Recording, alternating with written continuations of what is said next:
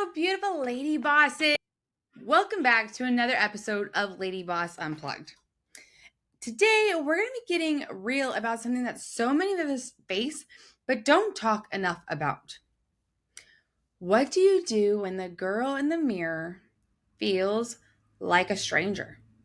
Or worse, an enemy? If you've ever avoided your reflection, picked apart your body, or felt like your worth depended on what you saw in the mirror, this episode is for you. I know I've been there. And today I want to talk with you and walk you through as we learn how to love the girl in the mirror again, because she deserves love. Hey, Lady Boss. Welcome to Lady Boss Unplugged, the podcast where real women have real conversations about crushing their goals, building unstoppable confidence, and creating lives they absolutely love. Hi, I'm Kaitlyn Talamonte, CEO and owner of Lady Boss, wife, mom of 2 boys, and your biggest cheerleader. Do you remember when Mommy looked like that? Way not similar. Each week, we'll dive into stories, strategies, and straight up motivation to help you show up as the best version of you. Because let's be honest, you are made for more. So whether you're driving the kids to practice, hitting the treadmill, or just taking a moment for yourself, get ready to laugh, learn, and leave inspired. LadyBoss gives you the tools to not only hit your weight loss or your health and fitness goals, but to believe in yourself. This is Lady Boss Unplugged, where women like you rise, thrive, and shine.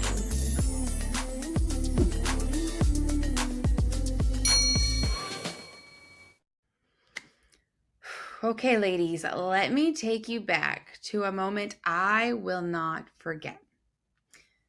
The moment I had gained all the weight back. And I stood in the mirror and I just broke.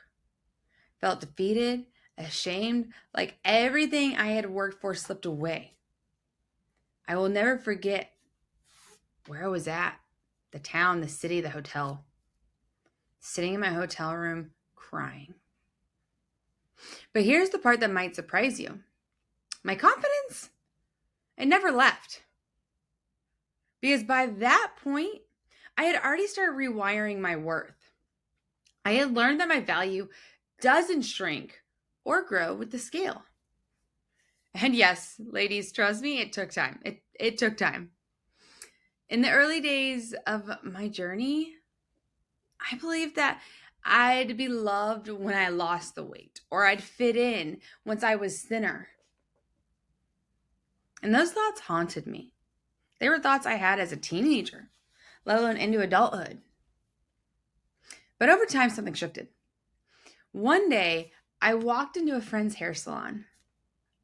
I won't forget this, ever. I had a cute outfit on, had some high-waisted jeans. I think I was wearing a crop top with a cute overcoat.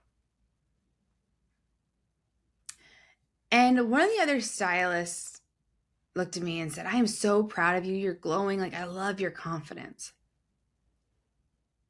And I hadn't noticed it myself yet. But something had changed. I was standing taller. I was smiling bigger. I was showing up differently. And when she pointed that out, I was like, hey, yeah, I do like this. Confidence doesn't come when the number goes down. It comes when you stop giving that number the power. I realized this truth the moment I stepped on the scale and I saw the weight gain and still felt good, still felt powerful, and still felt like me. I had to unlearn so many lies. That I needed abs to be worthy, that the scale defines my success, that I have to be a certain size of clothes. And what really set me free was this thought. You ready for it, ladies? When I die, I'm not going to wish I had weighed less. I'll wish that I loved myself more while I was here. Let that sink in, ladies. Because we don't know when our last day is here. We're all headed towards death, right? Part of life, that's where we end up. We don't know when. But when you're on that deathbed, are you going to think about if only you had focused on the number on the scale? No. No, you won't. Now, here's the part where we're going to get practical and talk about the tools that helped me heal. These aren't magic fixes. We don't have magic fixes here, okay? But they've literally changed my life. 1, words of affirmation. And you've probably heard me say it 1,000,001 times, so I hope this hits differently and you're like, yes, I hear ya. Words of affirmation.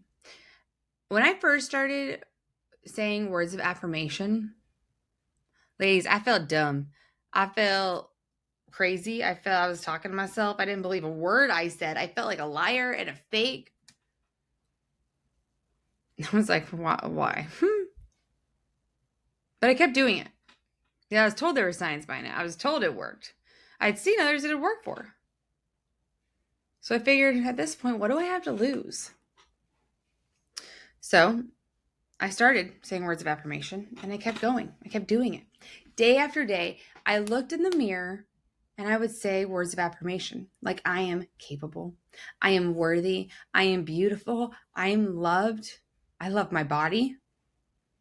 I just hopped off an event for a pre-event for an event I'm going to in September. And before I hopped on the event, I ran in my bathroom, I looked in the mirror, and I hyped myself up with words of affirmation. It's still something I use to this day. Next is dressing with intention. People a lot of times refer to dress to impress.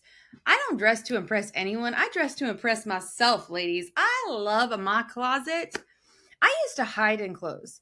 The baggy ones, big t-shirts, sweatpants. Not that there's a time and a place for them. But that's how I used to dress 24/7. And that was my comfort. I was hiding.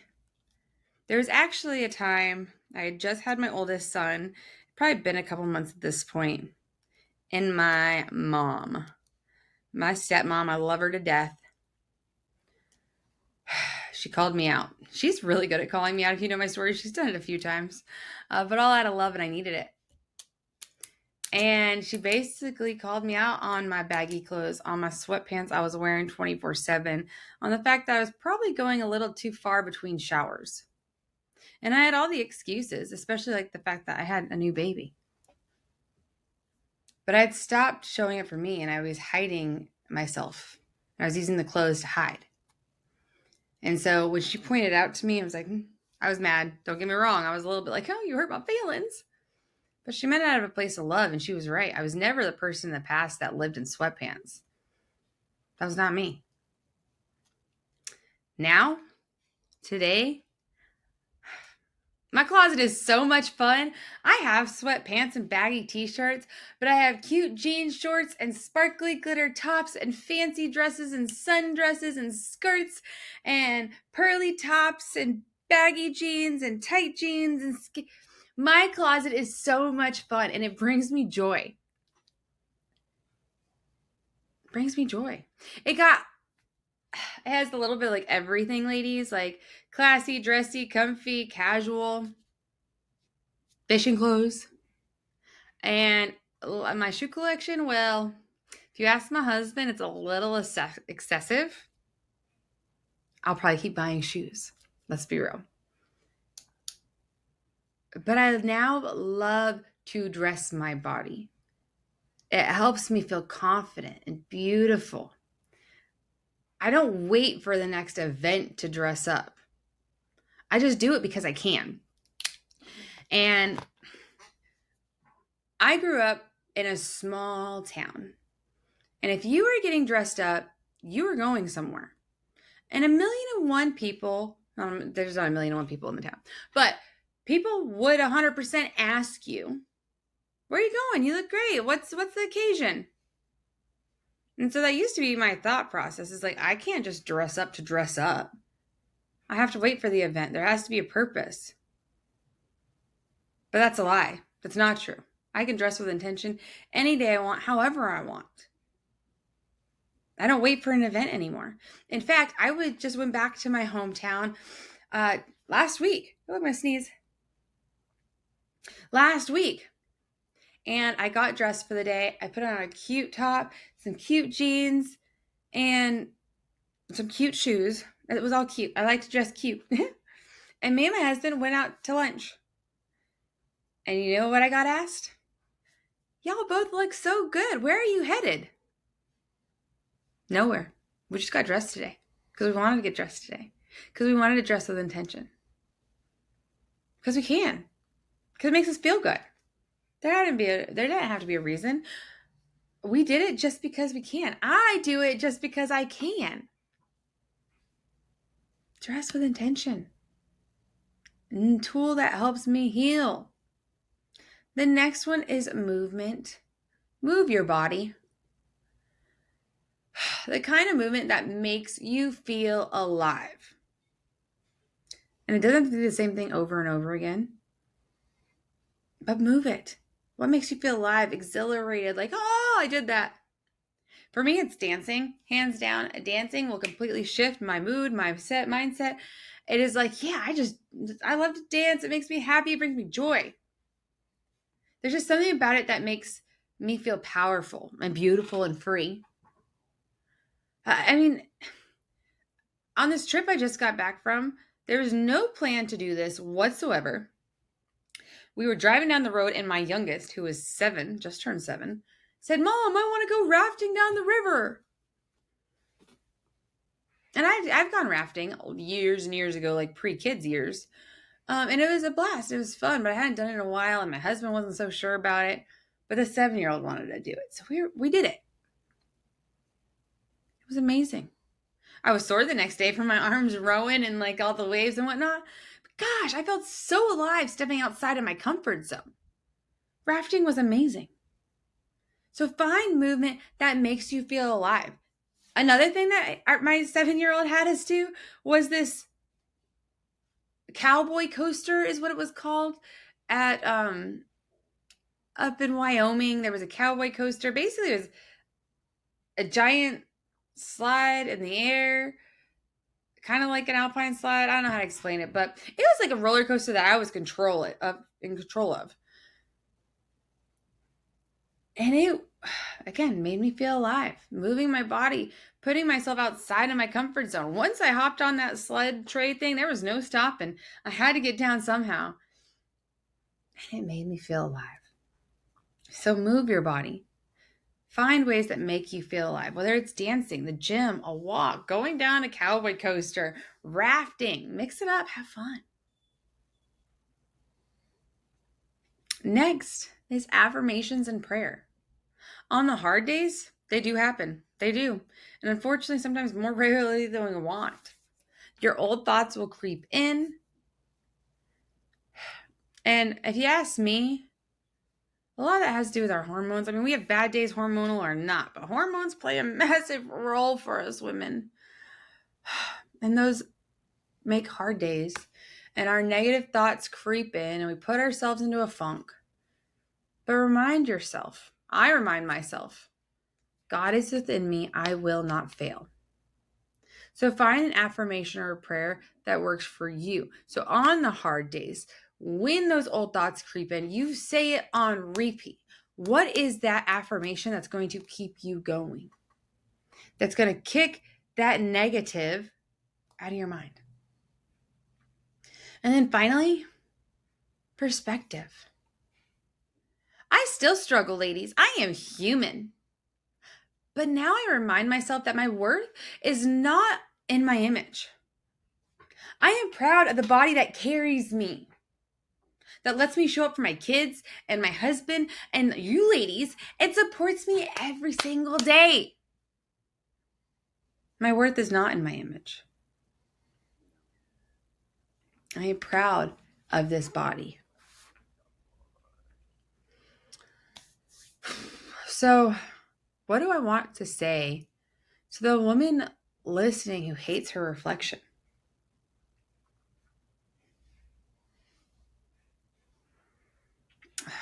Honey, I want you to know that your reflection is not your enemy and your body is not broken. You are not a project to fix. You are a woman becoming, finding herself. You are beautiful. And you are worthy of love right now. Not 10, 20, 30 pounds from now. Not once you're more consistent. Right now. And if you're not ready to love yourself fully today, that's okay too. It doesn't happen overnight. But let's just start here. Tonight, go to the mirror, look yourself in the eyes, and say these words. I love you. Even if your voice shakes, ladies. Even if you don't believe it yet, even if you cry, look at yourself in the mirror and say, I love you. Say it anyways. Say it until you believe it, because you will start to believe it. Ladies, I just want to thank you for spending this time with me and for showing up for yourself. The journey to self-love is not linear. It's messy. It can be real messy, but it's real and it is so worth it. You are definitely not defined by the number on the scale. And you're not just a body. You're a soul, a light, a lady boss for sure. And you deserve to love that girl in the mirror. I love you, ladies, and I'll see you next week. Bye.